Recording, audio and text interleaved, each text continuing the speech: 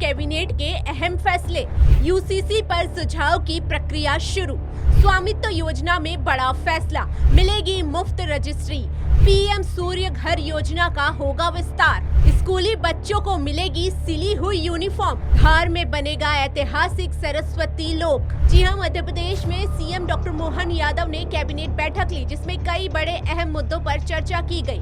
MSME मंत्री चैतन्य कुमार कश्यप ने cabinet के फैसलों की जानकारी दी और बताया कि सरकार ने बैठक में प्रदेश के विकास में किन-किन मुद्दों को उठाया और कई अहम निर्णय लिए गए। कैबिनेट का सबसे बड़ा फैसला प्रदेश में समान नागरिकता संहिता यानी यूसीसी लागू करने की प्रक्रिया को आगे बढ़ाना रहा। सरकार ने जनता से सुझाव आमंत्रित किए हैं। 30 जुलाई तक सुझाव लिए जाएंगे, जिसके बाद आगे की कार्यवाही की जाएगी। बैठक में कृषि क्षेत्र की उपलब्धियों पर भी चर्चा हुई। सरकार ने बताया कि इस वर्ष प्रदेश में गेहूं उपार्जन में नया रिकॉर्ड बनाया है। 100 लाख मीट्रिक टन के लक्ष्य के मुकाबले करीब 104 लाख मीट्रिक टन गेहूं खरीदा गया। साथ ही उड़द और मूंग खरीदी के लिए किसानों का पंजीयन भी शुरू कर दिया गया है। इसमें मुख्यमंत्री जी के द्वारा कुछ महत्वपूर्ण जानकारियां उपलब्ध करवाई गई।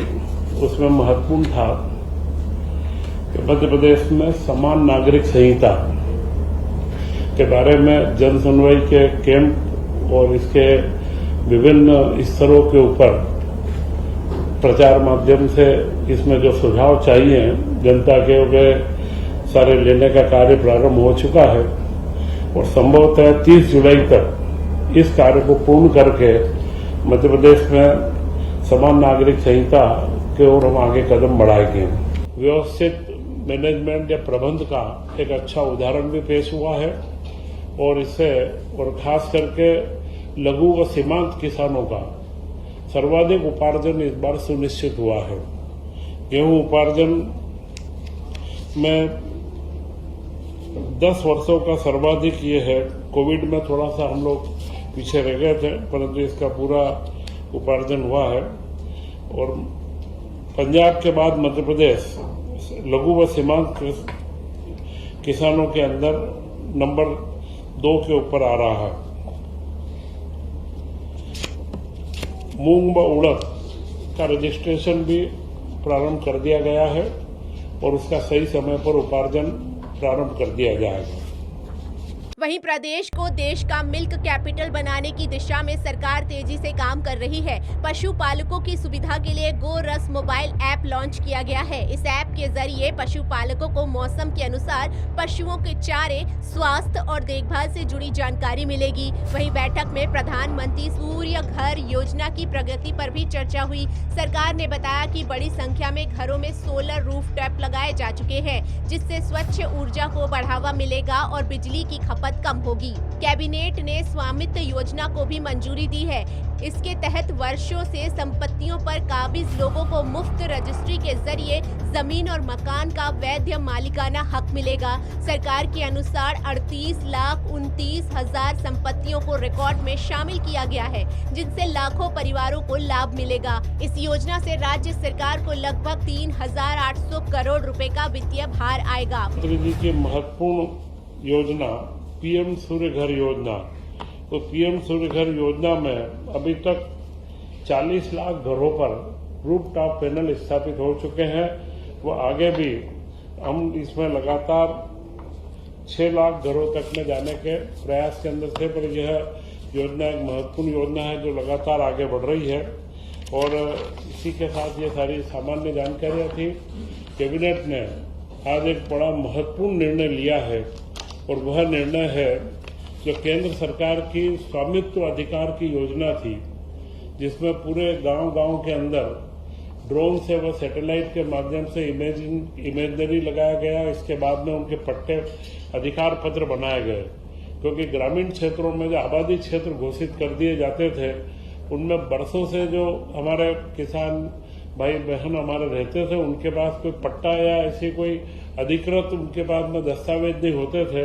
तो उसका एक प्रधानमंत्री के द्वारा जो स्वामित्व योजना का चलन था, वो मध्य प्रदेश के अंदर पूर्ण रूप से 55 जिलों में किया गया और उसमें करीब करीब 48,32,000 निजी संपत्तियां चिन्हित की गई, जिनके स्वामित्व प्रमाण पत्र भी तैयार हुए और 19 लाख से ऊपर शासकीय संपत्तियां उसमें चिन्हित हुई है। परंतु इसमें एक महत्वपूर्ण समस्या आ रही थी कि जो प्रमाण पत्र दिया जा रहा था वो बैंकों से लोन लेने में आम आदमी को उसमें तकलीफ थी, क्योंकि बैंक को लोन लेने के लिए जो बंधक में चीजें रखती है उसमें उनको रजिस्ट्रीकृत पंजीकृत दस्तावेज की आवश्यकता होती है। उसी के लिए मध्य प्रदेश सरकार ने उसमें निर्णय लिया है कि हम सारे 48 लाख ही जो लाभान्वित हमारे जो जिनको पट्टे प्राप्त जो रजिस्ट्रियां प्राप्त होनी है उनको हम रजिस्टर्ड दस्तावेज देंगे और उसका कोई भी भार उनके ऊपर नहीं आएगा। यह पूरा निःशुल्क रहेगा और इसमें पंजीयन शुल्क, पंचायत का उपकर व अन्य जो भी कर लगते हैं वे सारे के सारे राजस्व विभाग वहन करेगा।